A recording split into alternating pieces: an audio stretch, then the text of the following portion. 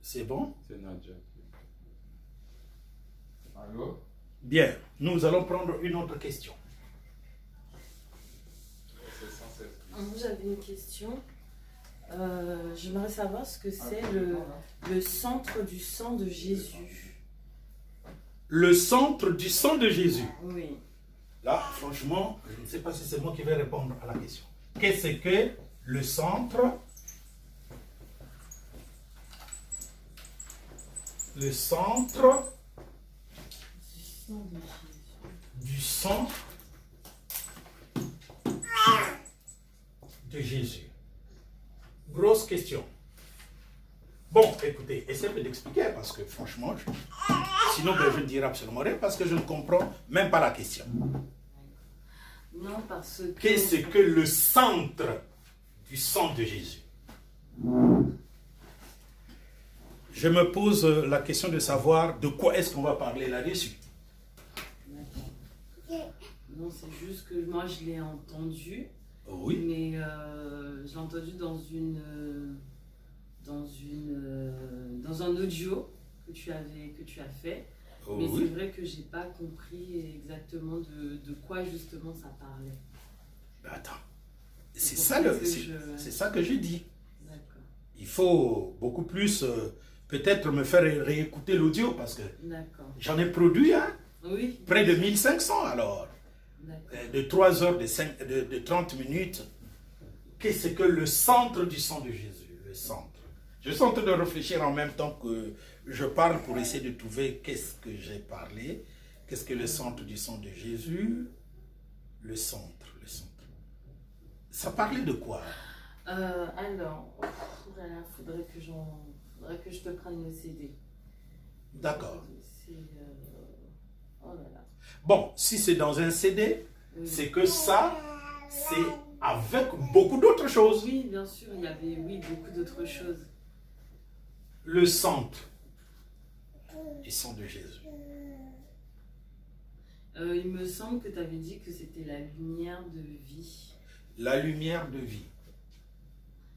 J'en suis pas vraiment sûre à 100%. Ah non, là, je suis en train de commencer à comprendre ce que tu dis. Ok. Ah, bon. Donc, si nous prenons le sang de Jésus, le centre, c'est-à-dire quelle est l'énergie qu'il y a dans le sang de Jésus? Ah, si c'est ça, parce que, donc je commence maintenant à comprendre. C'est normal qu'on parle de la lumière. C'est normal qu'on parle de la lumière qui soit au centre. La lumière qui soit au centre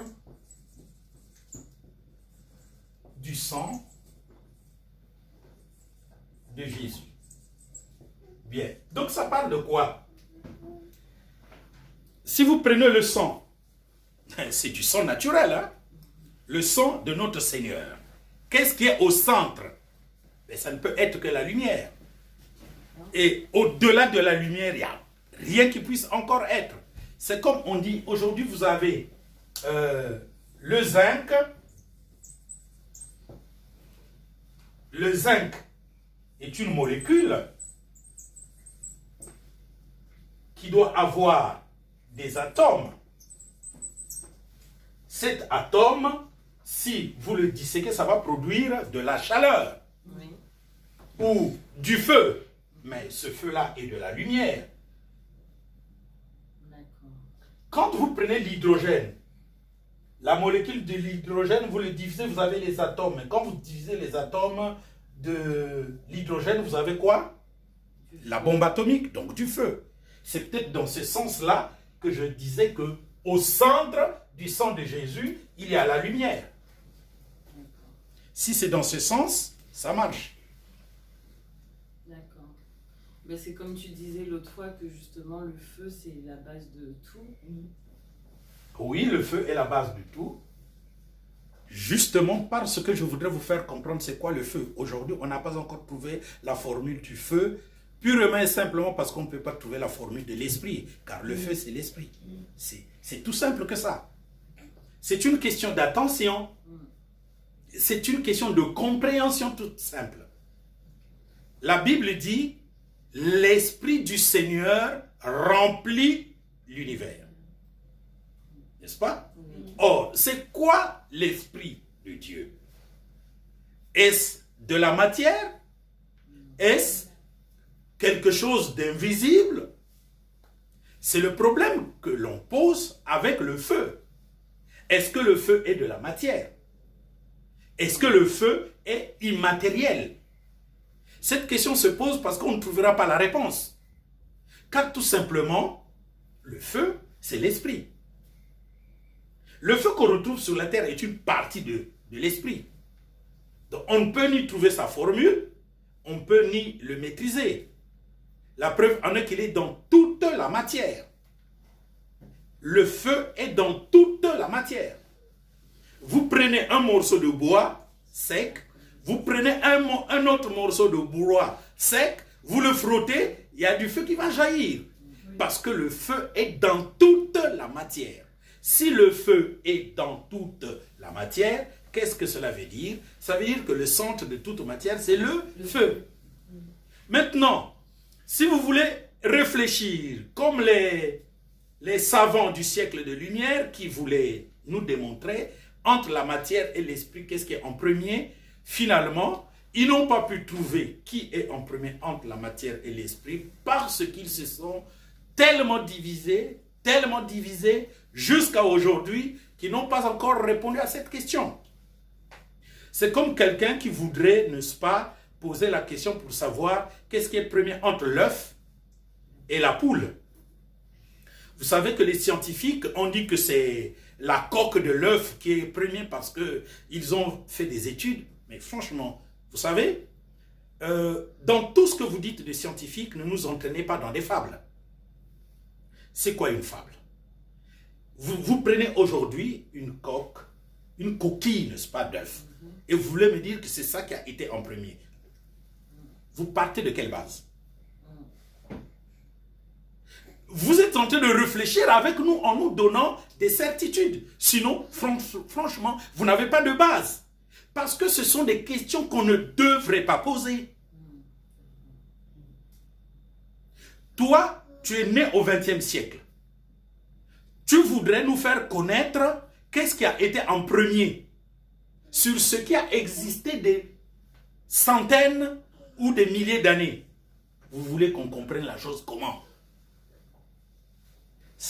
Ce que tu vois là, la coque que tu es en train d'étudier, c'est une reproduction perpétuelle de ce qui a été en premier.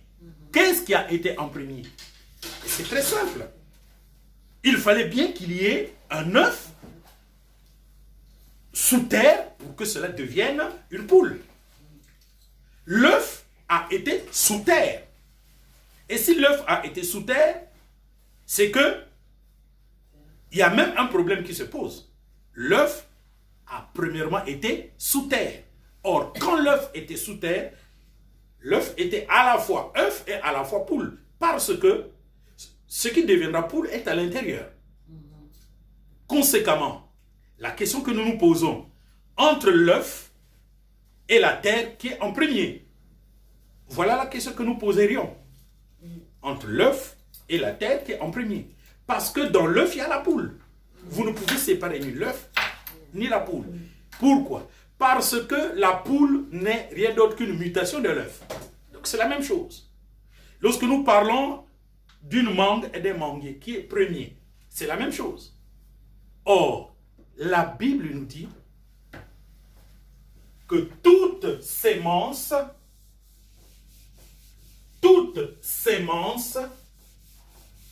se reproduit selon son espèce. C'est là la réponse de Dieu.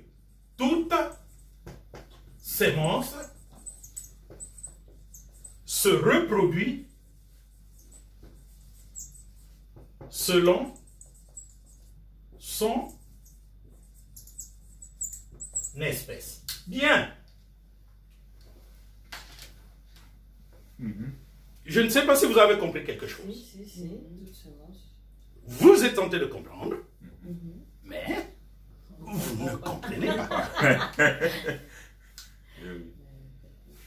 Oui, vous avez compris ce que j'ai écrit, mais ce qu'il y a dans ce que j'ai écrit, vous ne l'avez pas compris.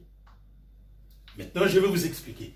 Toute semence, prenons la semence d'arachide, la semence de blé, n'est-ce pas? Ça se reproduit selon son espèce. Qu'est-ce que Dieu vient de nous dire là? Je vais essayer de vous expliquer. Tout arbre se reproduit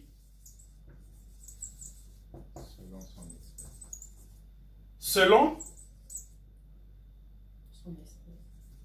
son noyau.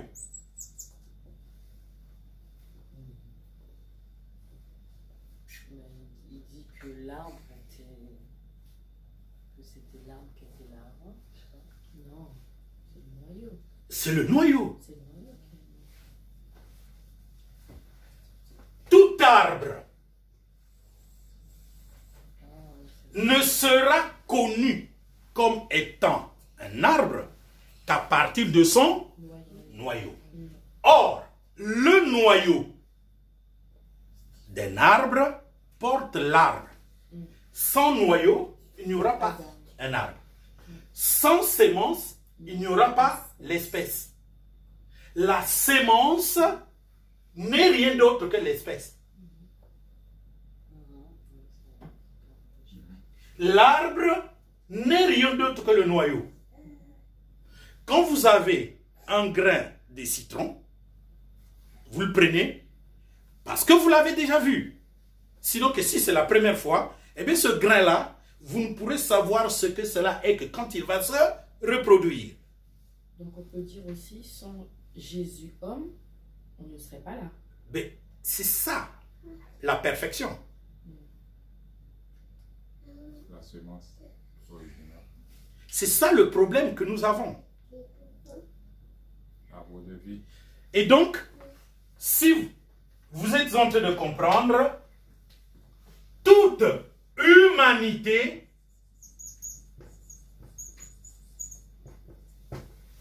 se reproduit selon son nom.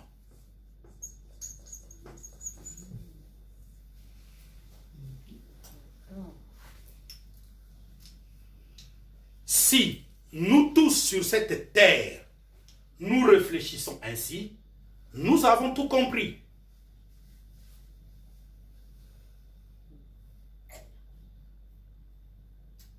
Malheureusement, ce n'est pas ainsi que nous réfléchissons.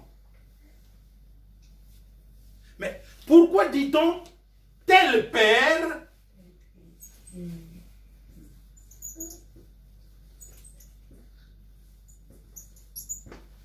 tel père, tel fils?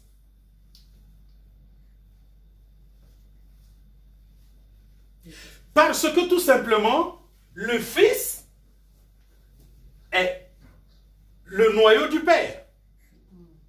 N'importe quel père porte en soi des noyaux.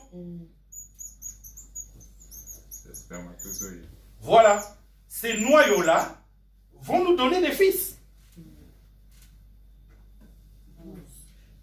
C'est de cela qu'il est question.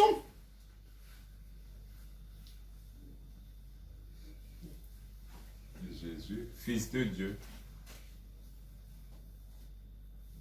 Jésus? Fils de Dieu.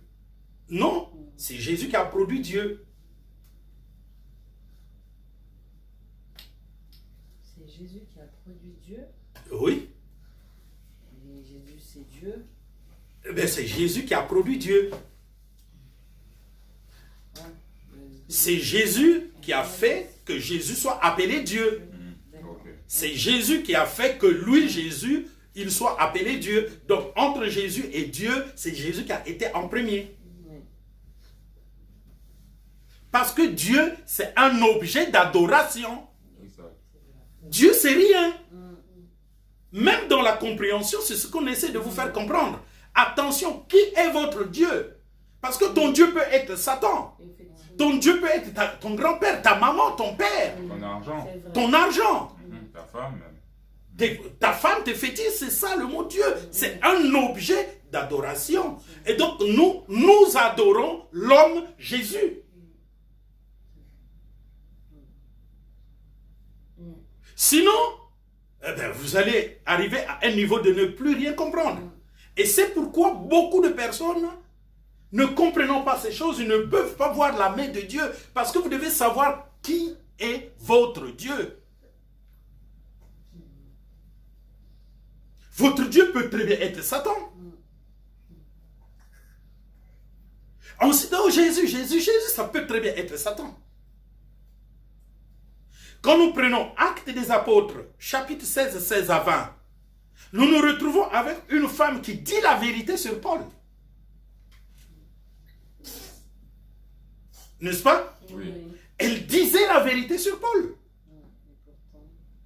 Et pourtant, c'est par un esprit malin qu'il disait cela. Et pas seulement sur Paul et ceux qui étaient avec lui. Et pas seulement sur Paul et ceux qui étaient avec lui, mais sur les gens de la ville.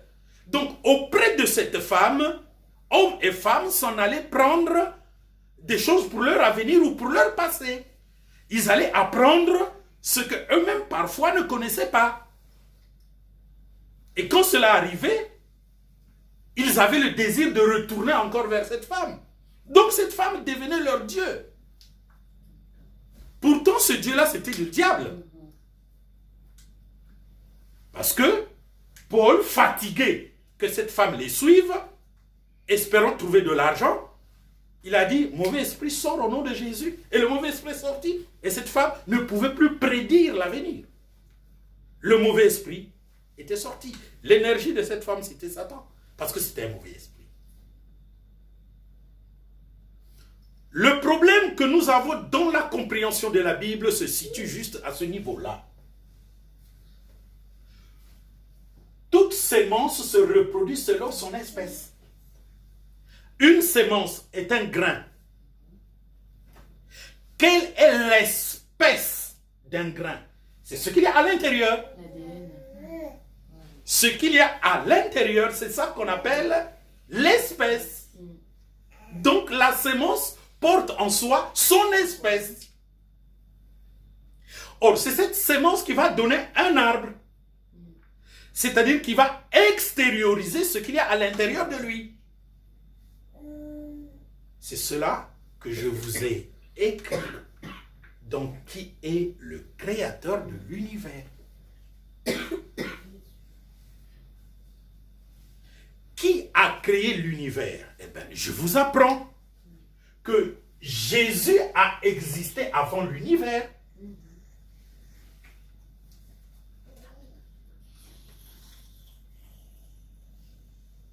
Et ce Jésus qui a existé avant l'univers s'appelait déjà Jésus. Parce que Jésus là est un nom qui parle de cet homme. Vous pouvez parler de lui à n'importe quel moment. C'est pourquoi quelqu'un qui a marché avec lui et qui s'appelle Jean, il a dit, nul, s'il ne dit que Jésus est venu dans la chair, alors c'est un antéchrist. Il ne dit pas nul, s'il ne dit que la parole est venue en chair. Non, il dit nul, s'il ne dit que Jésus est venu en chair, alors il est de l'antéchrist. On va prendre cela. Dans 2 Jean,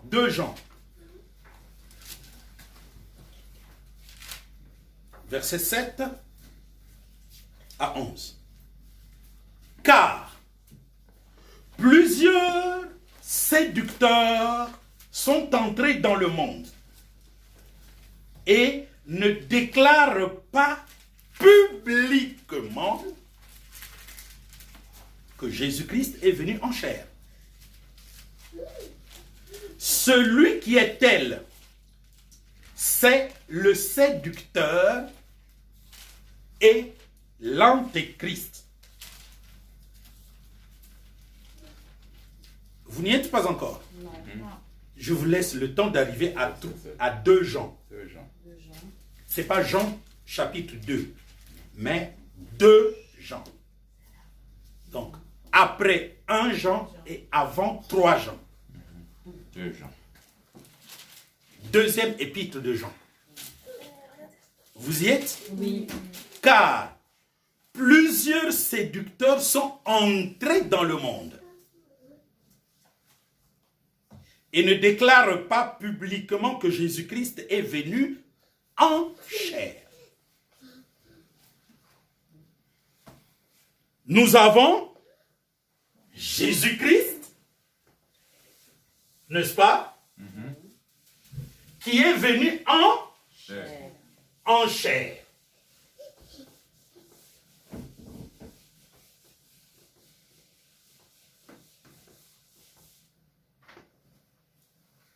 Nous avons ici Jésus,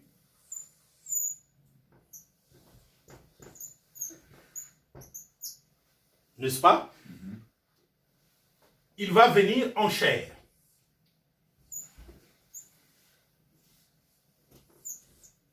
Donc nous avons là Marie.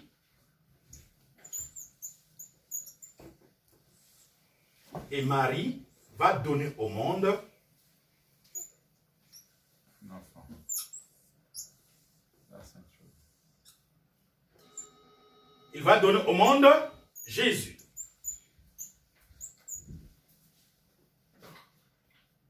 Très bien.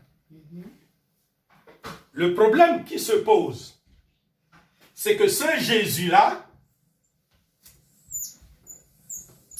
était un homme qui est venu en Marie et qui va devenir Jésus. Donc, qu'est-ce qui se passe?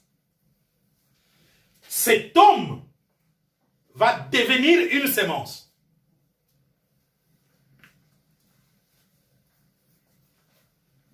Ça, Il va devenir sa propre semence. il va devenir sa propre sémence. Il est homme, il devient une sémence. Il se réduit tout simplement. Il a sa taille, la taille qu'il avait, peut-être 1m80, 1m75, il était comme moi. Il se réduit en minuscule, en atome. Est-ce que c'est un problème difficile pour le Créateur? Non. C'est ça le problème que vous avez. Vous dites, il est le Tout-Puissant, mais vous ne savez pas c'est quoi. Il devient une sémence. Cette sémence va désormais être portée par un chérubin. Le chérubin va se présenter devant Marie et le chérubin va parler en disant, je te salue Marie, à qui une grâce a été faite. Car le Seigneur est avec toi. Donc, l'ange a quitté le ciel en descendant ici, dans un mouvement ciel-terre, en portant avec lui la sémence dans la lumière. Il arrive devant Marie, il se met à parler. Je te salue Marie, une grâce t'a été faite. Le Seigneur est avec toi. Donc, c'est là où il y a eu le transfert. Je te salue Marie. La parole s'adresse à Marie. Et c'est au travers de cette parole que cette sémence qui est dans la lumière va entrer en Marie. Le Seigneur est avec toi. Auparavant, Marie n'avait pas de Seigneur. Mais dès que l'ange parle à Marie, le Seigneur est transféré de l'ange à Marie. Le Seigneur est avec toi. Tu vas mettre au monde un fils qui sauvera son peuple. Marie dit, comment Seigneur cela est-ce possible puisque je ne connais pas d'homme? L'ange dit, l'ombre du Très-Haut te couvrira. L'ombre du Très-Haut te couvrira. C'est là le mystère, la révélation. L'ombre, l'ombre, l'ombre, l'ombre du Très-Haut te couvrira. L'ombre, l'ombre. L'ombre du Très-Haut te couvrira.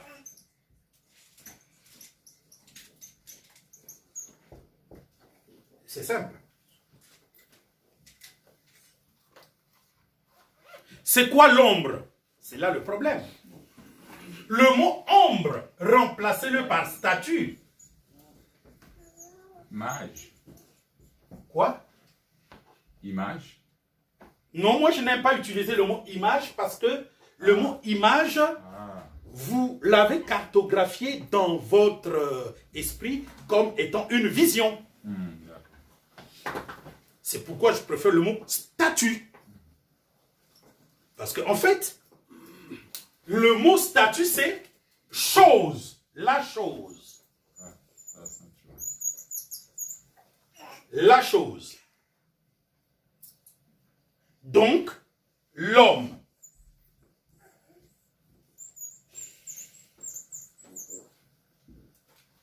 L'homme te couvrira. Pas que l'homme pénétrera en toi. Parce que quand l'homme pénètre une femme, c'est une tige qui pénètre une femme. Mais ici on dit, l'homme te couvrira. Te couvrira. Je viens à l'intérieur de l'homme. Donc, il pénètre par l'être humain. Par les pores, partout. Il pénètre pour devenir un homme. Un homme. Et quand il pénètre, il faut qu'il aille se former dans l'ovaire. Parce que c'est lui qui a fait cette nature. Sinon, c'est contre nature. Et donc, l'ombre a couvert. Et la sainte chose,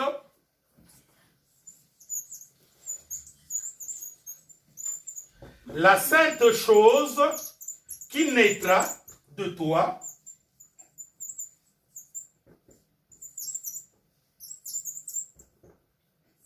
sera appelée quoi?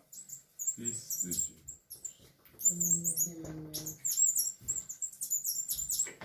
La sainte chose qui naîtra de toi sera appelée fils de Dieu.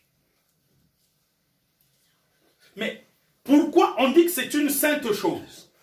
Mais parce que c'est un homme saint. Si c'est un homme saint, ça veut dire quoi? C'est un homme oint.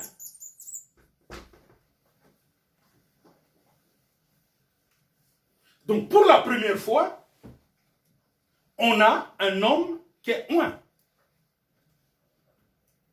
Parce que jamais, ni avant, quelqu'un n'était oint. L'esprit était toujours sur l'homme. Dans l'Ancien Testament, l'esprit était toujours sur le prophète. Mais ici, pour la première fois, c'est un homme oint qui apparaît. Alors, cet homme oint-là, c'est le Créateur.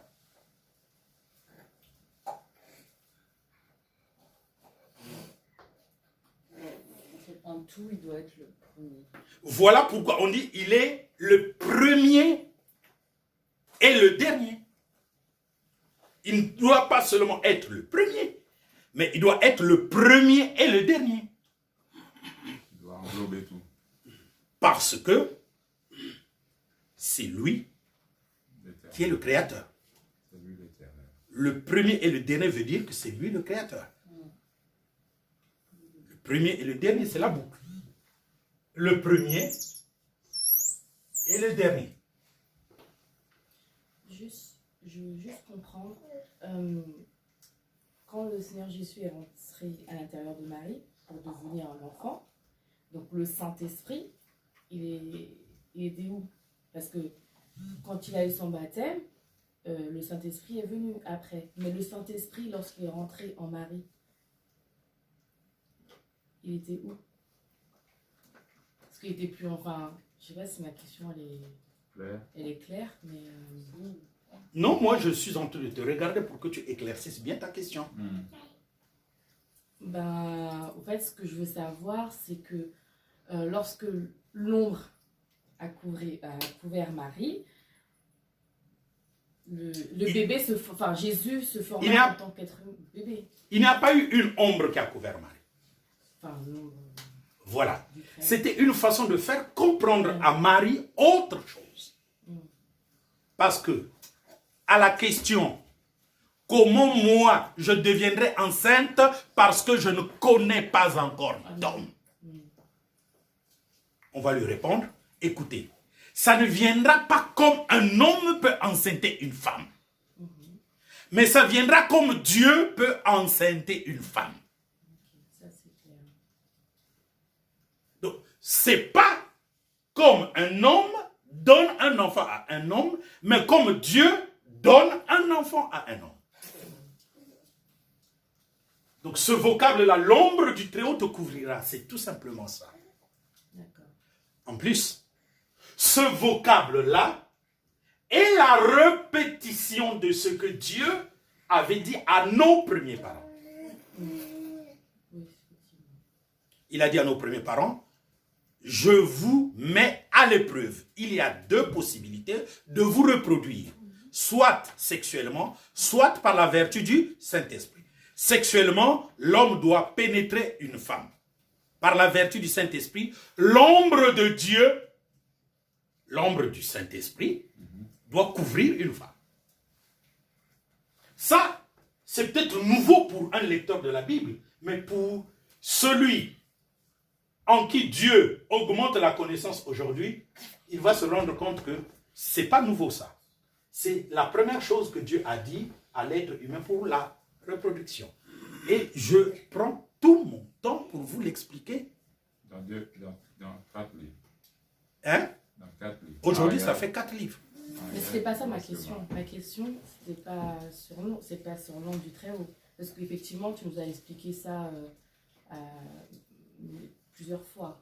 La question, c'était lorsque le Seigneur est devenu un enfant, a été dans le fœtus, dans le ventre de Marie, oui. Le Saint-Esprit, il était où? Parce que le Saint-Esprit, quand il grandit, il a pris son baptême d'eau. On dit bien que le Saint-Esprit est venu sur Jésus sous forme de colombe. Alors moi, je veux savoir, étant bébé, il n'avait pas le Saint-Esprit en lui. Donc, il était où, le Saint-Esprit? Voilà. La réponse, elle est très simple. Eh bien, le Saint-Esprit était dans ce bébé. Amen. Et le Saint-Esprit était hors du bébé, remplissant l'humanité tout entière. Amen. D'accord? Parce que tu es en train de te représenter le Saint-Esprit comme... On peut localiser, géolocaliser. Le Saint-Esprit n'est pas géolocalisable. L'Esprit du Seigneur remplit l'Esprit du Seigneur. Vous ne pouvez pas le contenir.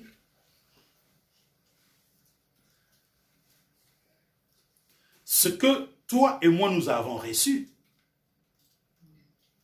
ce sont les arts du Saint-Esprit. Une goutte. Quand tu retires une goutte de l'océan, tu retires une goutte de l'océan. C'est de l'eau que tu as. Mais l'océan n'a pas tari, n'est-ce pas? Bien. Le jour où tu mourras, tu repars dans la terre. Et la goutte de l'océan qu'il y a en toi repartira où? Dans l'océan. Dans l'océan. Donc c'est comme ça que tu dois te représenter le Saint-Esprit. D'accord? Bien.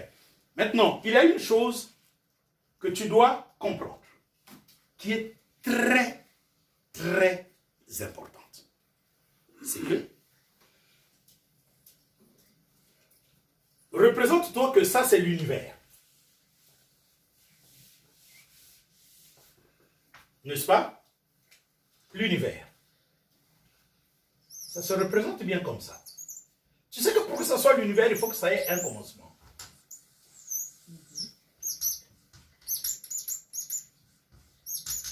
C'est comme ça qu'on représente l'univers. Un point, n'importe quelle forme que ça va prendre. Donc ça commence à un point là et ça termine aussi à un point. L'univers est à l'intérieur. Voilà pourquoi on dit l'esprit remplit l'univers. Donc qu'est-ce qui définit l'univers? C'est la limite de l'esprit. Maintenant, ce point-là va entrer à l'intérieur, mais ça ne va pas détruire l'univers.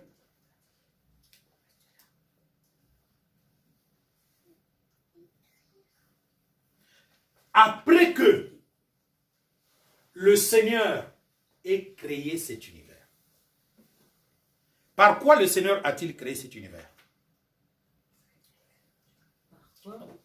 Le Seigneur a créé l'univers. Par quoi? Par lui-même, il a dit la parole. Par la parole. Lui-même, la parole. Par La parole, frère. Par son sang. Déjà, c'est un bon début. C'est plus clair, c'est plus explicite, c'est ça. Ça commence par son sang.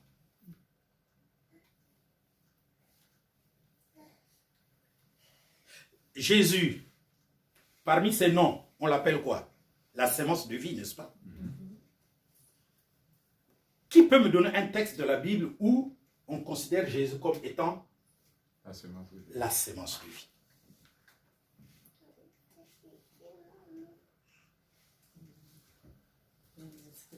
Je vais retrouver ça.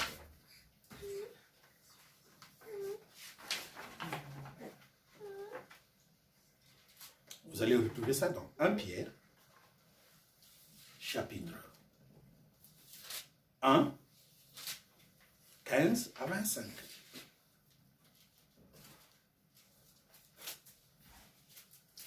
Lecture, frère.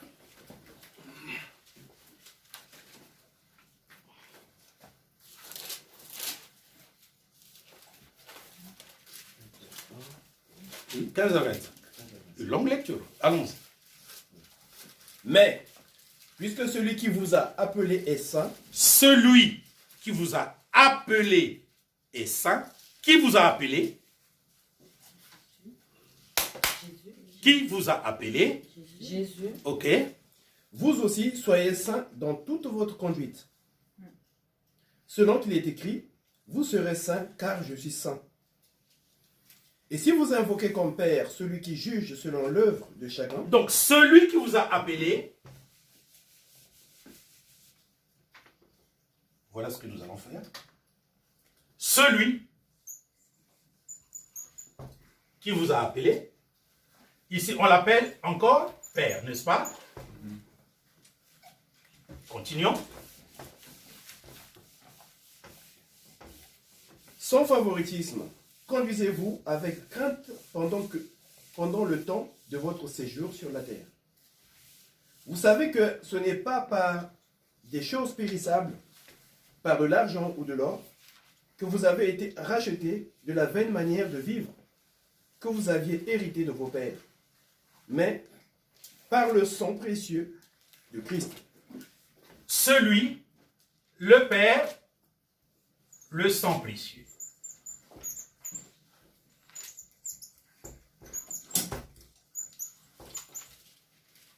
Celui qui vous a appelé, c'est le Père. Et pour que vous soyez saints comme lui, il a versé quoi? Le sang précieux. Son sang précieux. Tu es déjà être humain. Pour que tu sois saint, il faut qu'il verse le sang.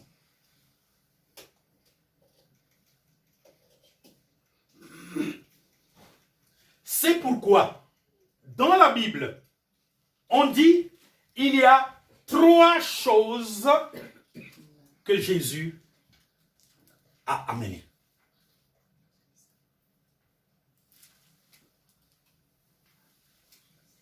Trois choses.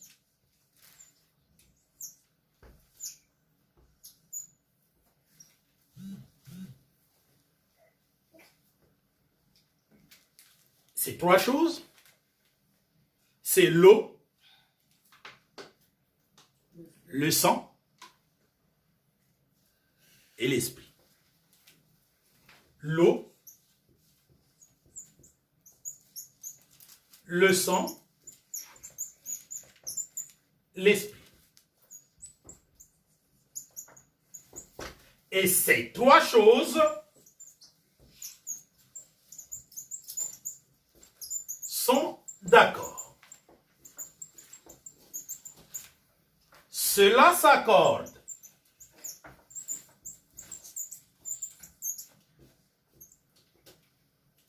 Il y a trois choses. Et ça, on en parle où? Dans quel texte de la Bible?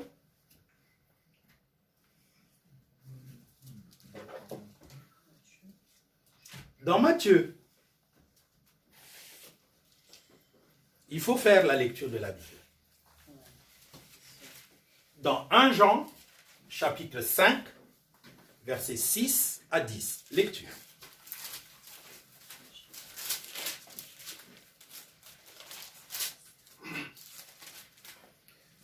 C'est lui, Jésus, Christ, qui est venu avec de l'eau et du sang. Non avec de l'eau seulement, mais avec l'eau et avec le sang. Et c'est l'Esprit qui rend témoignage parce que l'Esprit est la vérité. Amen. Jean 5, 6 à 10. 10. Car il y en a trois qui rendent témoignage. L'Esprit, l'eau et le sang. Et les trois sont d'accord. Si nous recevons le témoignage des hommes, le témoignage de Dieu est plus grand, car le témoignage de Dieu consiste en ce qu'il a rendu témoignage à son Fils. Celui qui croit au Fils de Dieu a ce témoignage en lui-même. Celui qui ne croit pas Dieu le fait menteur, puisqu'il ne croit pas au témoignage que Dieu a rendu à son Fils. Amen. Amen. Amen. Amen. Jusqu'à 13, c'était 10. C'était 10. Mais c'est pas grave. Jusqu'à 13, c'est clair.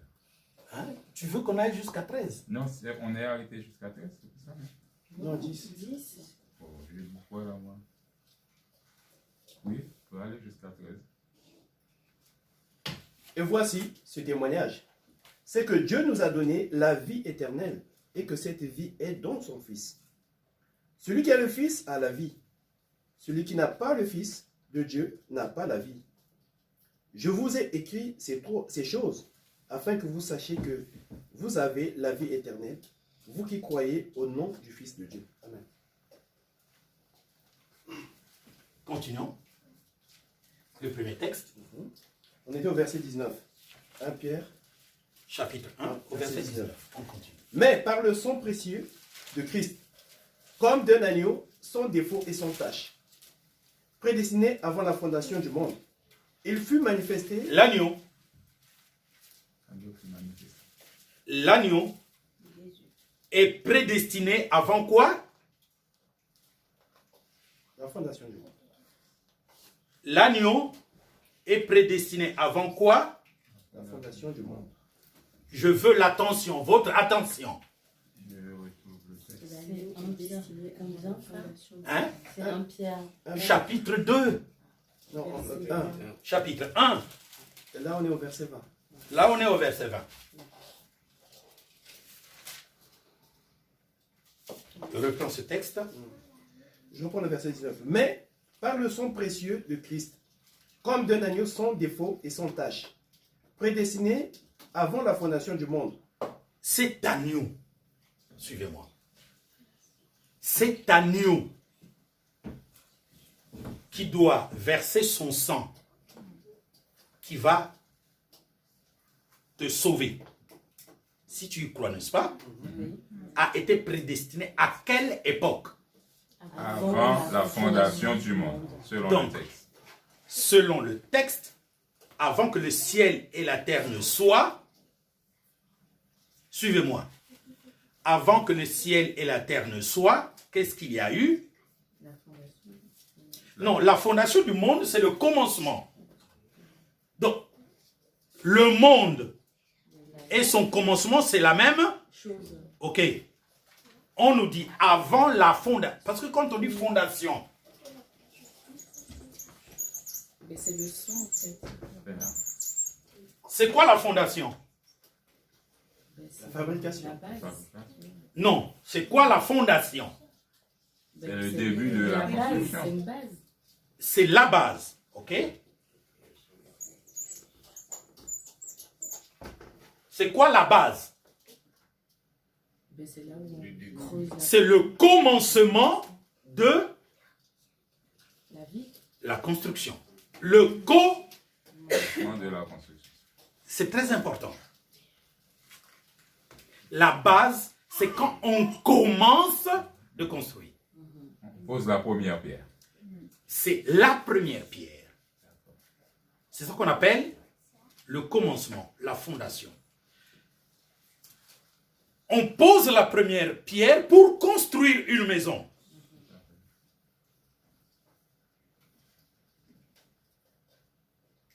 N'est-ce pas?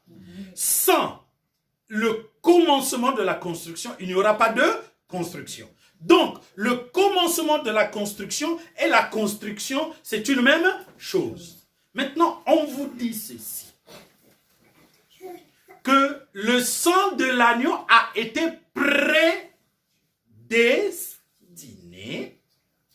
avant la fondation du monde. D'accord? Le monde, c'est ce cercle-là que nous représentons. Un jour donné, ce cercle devait commencer. Alors, je vous pose la question. Avant que ce cercle-là ne vienne, il y a eu quoi? Le sang précieux de Jésus. Non. Il y a eu l'agneau. Hein? L'agneau. L'agneau. Dieu était là. Oui, mais Non, le sang va sortir de l'agneau. Donc, ce n'est pas le sang qui est en premier. C'est l'agneau. C'est ça qu'on veut vous faire comprendre. Pas le sang. Le sang a été prédestiné. Le sang est différent de l'agneau. Le sang est dans l'agneau. N'est-ce pas? Bon, il a été prédestiné. C'est là le problème en fait. Ce que vous ne comprenez jusqu'alors, ce que le monde ne comprend pas, c'est qu'il fallait qu'il y ait un agneau. Or, l'agneau là était un homme. Cet homme-là, c'est qui? Bien.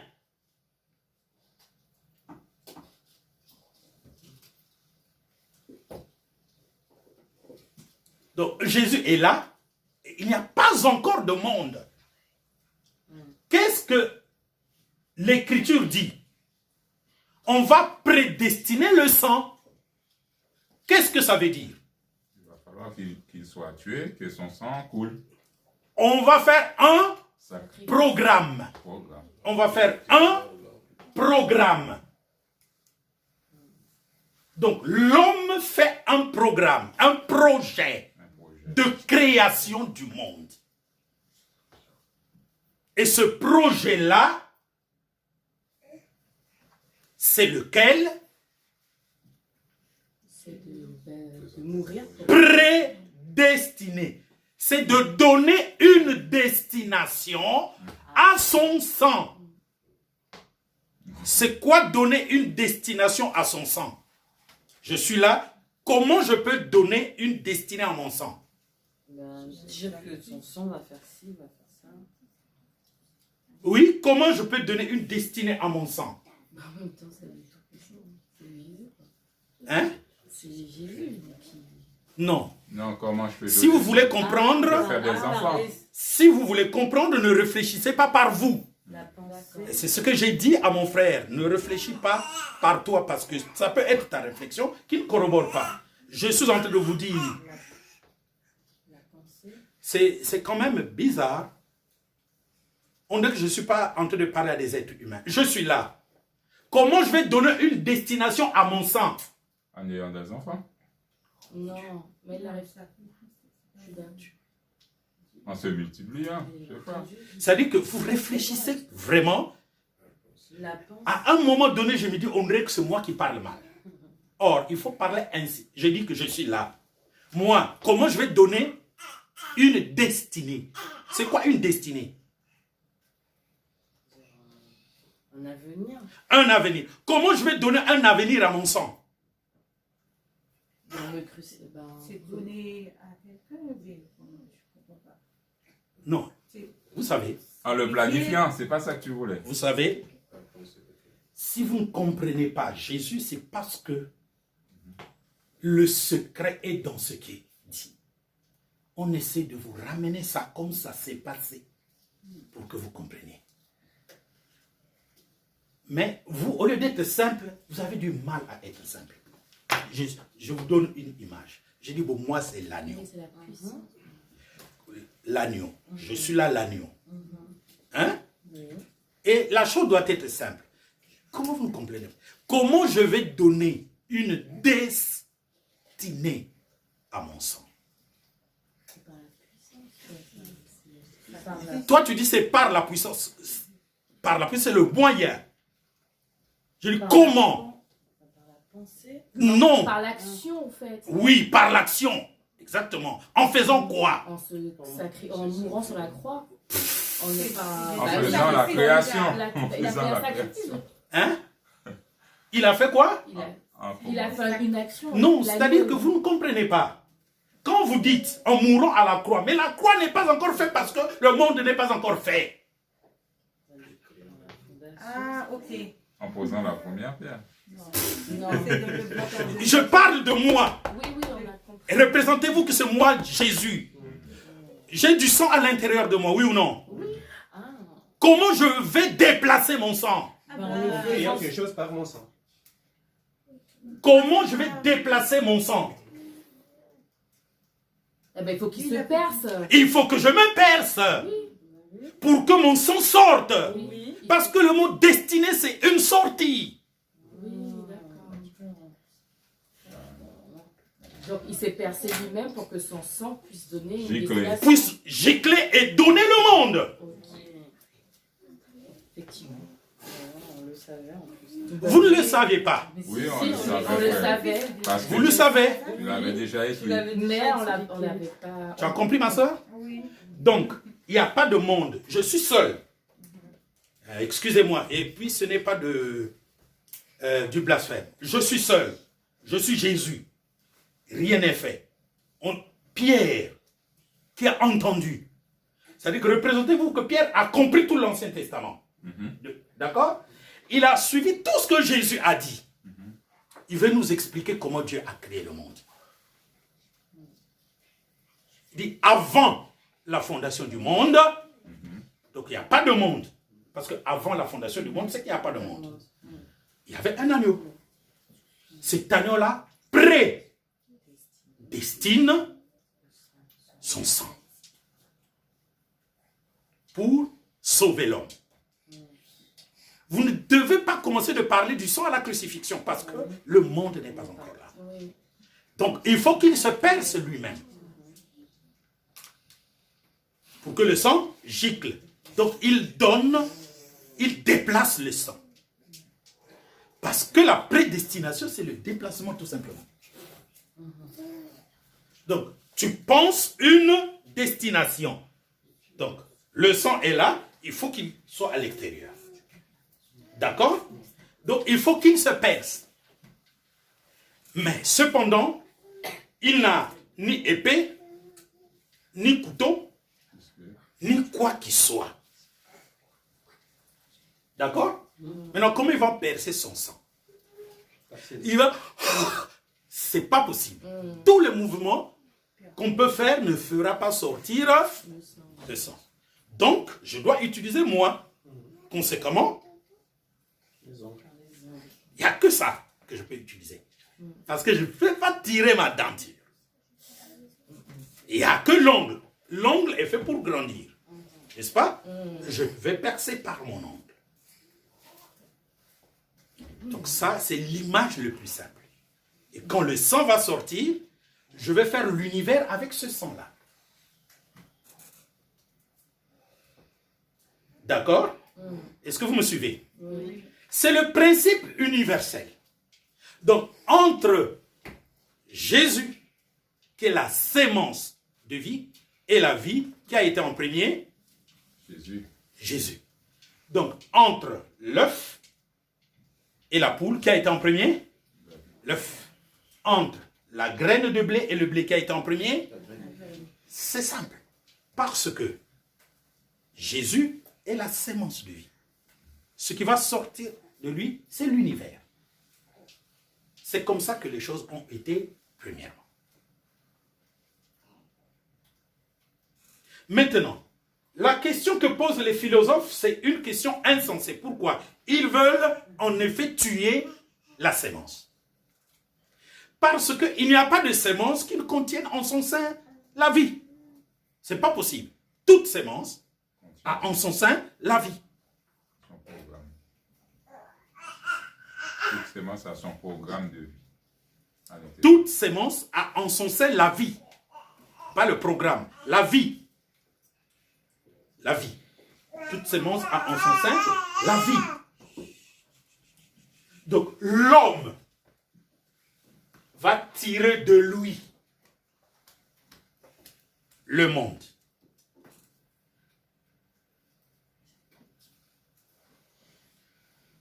C'est ça le mystère de la vie.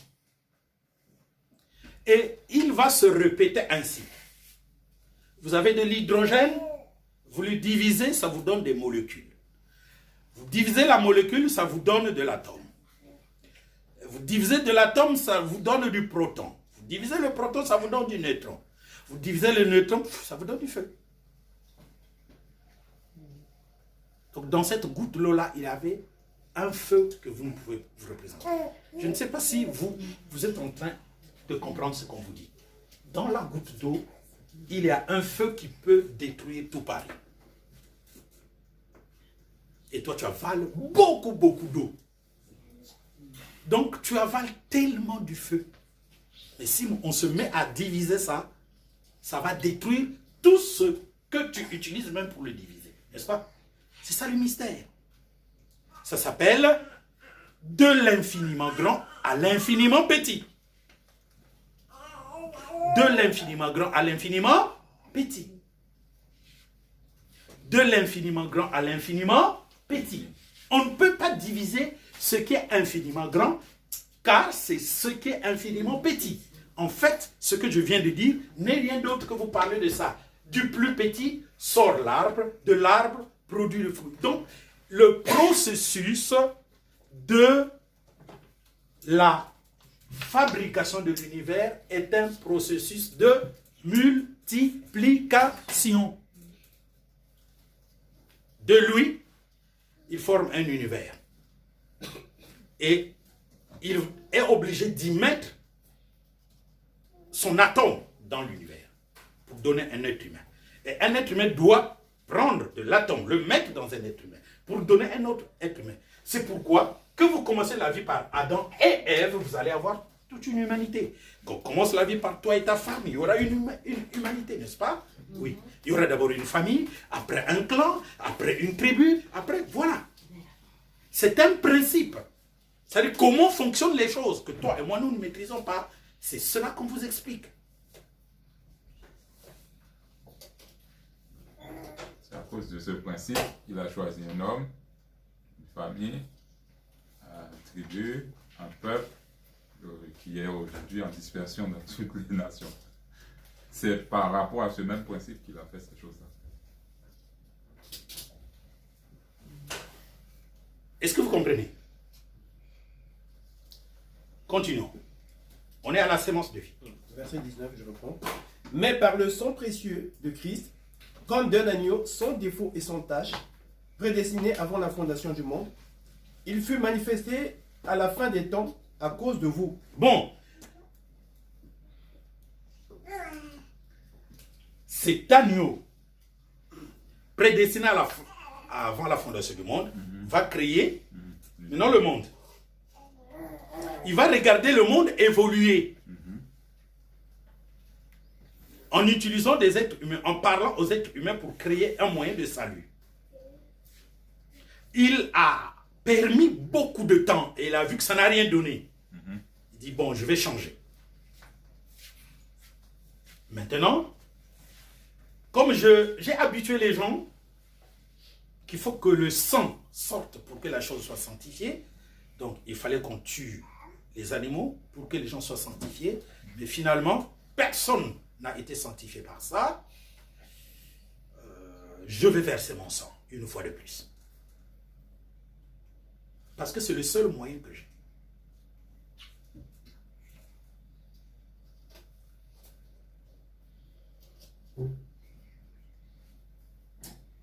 J'ai essayé,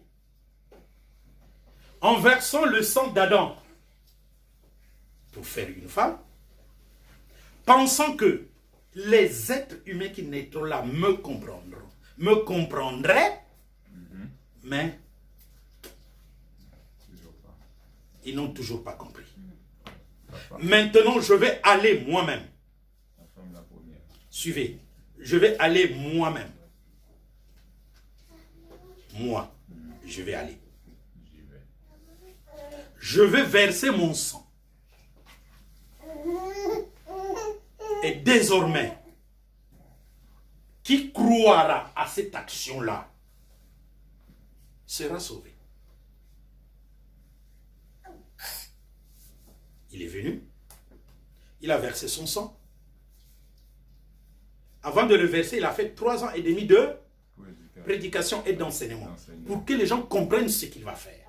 Et nous avons cette grâce d'avoir des hommes qui ont rédigé tout ce qu'il a dit pour expliquer ce qu'il allait faire. Et il l'a fait. Parce que le principe était que quand il aurait versé son sang à lui, l'âme va jaillir. Donc le sang va sortir de lui, n'est-ce pas? Et c'est l'âme qui va suivre là où est le sang. Ce qui revient à dire que si on te parle de cette œuvre et que tu crois, son âme vient purifier ton âme à toi. Et il ôte le péché. Et tu es sauvé. Comme tu es sauvé, tu attends maintenant le jour où il va faire de toi ce que lui il est. Et comme c'est un seul jour qu'il doit le faire, toi, tu es sauvé, mais tu es né au 1er siècle, donc il faut que tu meurs quelque part. Mais il y a aussi des personnes qui vont venir. Donc, jusqu'à ce que je vienne sur la terre, ce n'est pas encore accompli, il y a encore des gens qui doivent venir.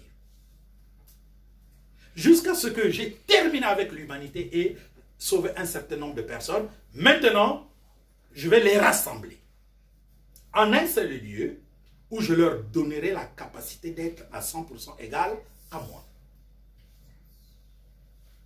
Entre-temps, cette capacité-là, il est juste là dans le cerveau.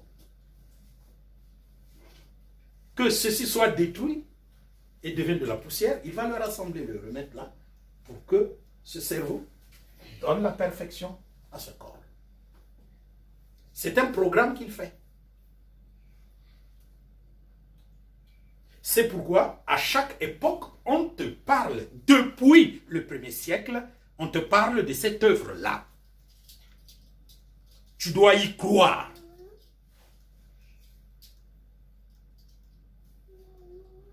Pour que tu sois sauvé.